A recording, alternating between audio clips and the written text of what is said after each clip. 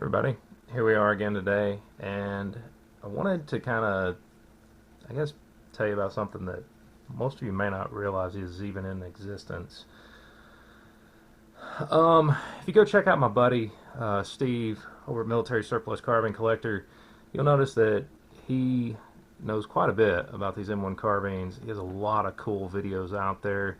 Um, I've got one here. This one is an auto ordnance. This is like the This is like the D-Day invasion style. There's just nothing special about it. Honestly, it's nowhere near as nice as a lot of the milsurps. I was a little late in the milsurp game, so I didn't really get one of these. I really wish I would have got one of the Bavarian prison guard ones that the CMP imported, but I was an idiot. I didn't get one. I had an opportunity years ago, and I don't know what my problem was. But anyway, so I never really got one. This is the only M1 carbine I own, and it's a new production. But what I wanted to share with you today is, you guys know how this shoots the 30 carbine ammunition. Well, what's in this box right here also shoots this ammunition, and it is a pistol. So let me slide this forward. I'm knocking stuff over. This is something I got through a company called Auction. It was actually on Proxibid Auction House out of Pennsylvania. I have made purchases from them before, and sometimes they got some pretty cool stuff on their firearms auctions. You just never really know what you're going to find. But they got some really, really cool things out there. And this, boys and girls, is a Ruger Blackhawk. There's only two pistols I know of in existence that fire this ammunition, one of which is a Ruger Blackhawk. The other one is an AMT Auto Mag 3, I believe. But those are even more rare than these. I picked this one up for about $750 before the buyer's premium, before shipping, before taxes, before all that garbage.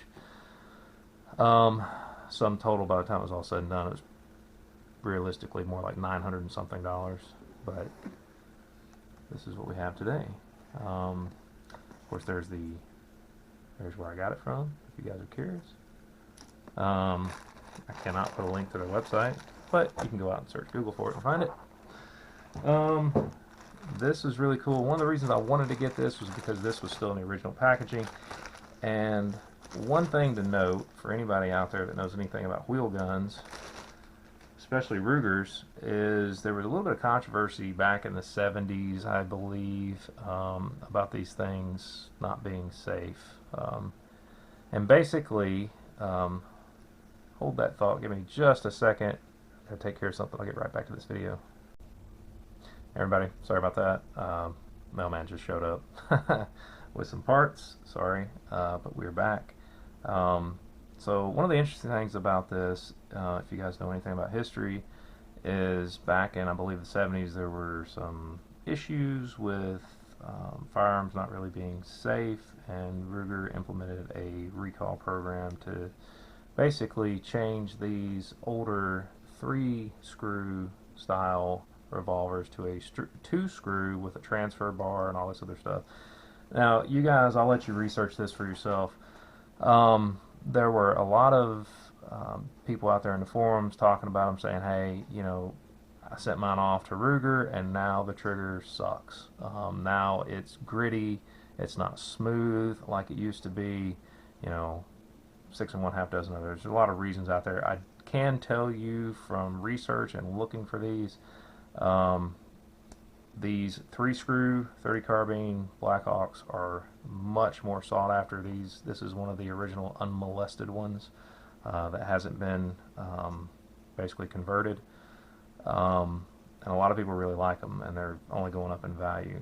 Like I said, I spent almost, it was $900 something on this one, but you guys can hear it. It is very smooth. By the way, this is of course unloaded. All you guys know, it is unlawful to ship a loaded firearm. I'm hitting my camera with the revolver, sorry about that.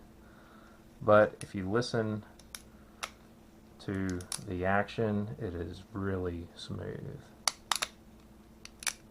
and really positive clicking. I mean, it's just, I really like it. You'll notice on this one there is a little bit of a groove wear along the cylinder. It's not bad. This one has been shot. I wouldn't say it's a safe clean. I mean, there's a few little nicks and scratches and wear marks on it, but it's nothing terrible. You see a little bit on your ejector over here, but the grips look great. Only issue with the grips is some of the paint has worn off of the Sturm Ruger logo there in the center. You see that on both sides. So whoever had this, I mean, they obviously shot it. You know, you look at your cylinder here. I don't know if you guys can hear that. It's pretty tight. But, you know, the cool thing is, you know, you just don't see many of these. I've not seen many of them, and I've wanted one for quite some time. They're just not easy to get.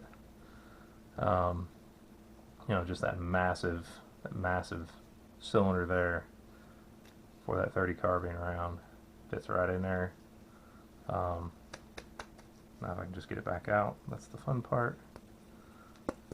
Oh wow, that's pretty funny. I did it on the video and now I've gotten it in there. Let's get that back out. But it's really cool to have something that not only this shoots, but this also shoots. So that's pretty cool in my personal opinion. In doing my research, you know, this one, I do believe this one was a 1966 manufactured one, simply because of the serial number. So that's pretty cool. Here we go with the cylinder again. I know I'm going to screw this up. I screwed this up before. There we go. My personal opinion, it is super cool to have one of these that's second year of manufacture. I don't know, I just think that's really cool. They made this old model in particular, this 3-screw model from 1966 to 1972. I'm not going to bore you with the history. There's plenty of other YouTube videos out there you can go look at to get the history behind these things, but just wanted to show you, if you have a 30 carbine or M1 carbine chambered in 30 carbine, you know, you can get a companion gun to go along with it, whether it's a Ruger Blackhawk, whether it's a new model or old model, or even an AMT Automag 3, which I would really love to have, but that's like finding a unicorn. So yeah, there's a small little nick right there on the trigger guard, but like I said, I mean, I didn't buy this for beauty contest. I bought it because I really wanted it, and yes, I do plan on shooting it some. But if you're curious, you know, about these M1 carbines, go check out Steve over at Military Surplus Carbine Collector. He knows quite a bit about these. He collects these. He's got a lot. Of course, all I have, you know, once again, is just this auto ordnance one. Unfortunately, you know, I didn't jump on the bandwagon to get the CMP ones. That's my own fault. But anyway, I just wanted to, you know, point this out to you guys. I mean, like I said, this one was in '66. You can see the serial. It's 5074. Second year of production. So that's pretty freaking cool in my opinion. So there you have it. If you guys like videos like this, make sure you hit the like and subscribe button. And as I've stated previously, if you're really looking for something rare, you know, like my Rashid, for instance, go out to Proxibid, because you will find so many auctions out there where you can find cool stuff like this, like the Rashid, like the Colombian Model 1950 Mauser. And oftentimes, if you want something that's really nice, oftentimes, you know, pay close attention to the pictures, what they state about the bore, things of that nature. Because oftentimes, you know, they're pretty truthful in it. I mean, I've not gotten one yet that's been garbage through an auction like that. You know, it's the kind of stuff they do. They do it for a living, and they want to make sure their clients are happy. So, anyway, I'm going to not belabor that point, but everybody, once again, thank you for all my subscribers, everyone that, all the, you know, all the likes, all the comments, all the sharing that goes on with, with your friends. Make sure you hit that that bell so that you can sign up for notifications each time I do videos like this. Coming your way pretty soon. I've got a bunch more things I've got to go through, stuff I got from that estate, so I know I keep talking that point over and over. I just got to find the time to sit down to really go through those. Plus the AKM kits from Atlantic Firearms. I mean, there's tons of content. You know, nobody pays me to do this. I do this all on my own. I am not sponsored by anyone. It'd be awesome if I was, but I'm not. So I'm self-funded. So anyway, I'll shut up there. Just like I said, I want to thank you guys again for tuning in. Thank you for commenting. I enjoy the back and forth, and you guys have an awesome day.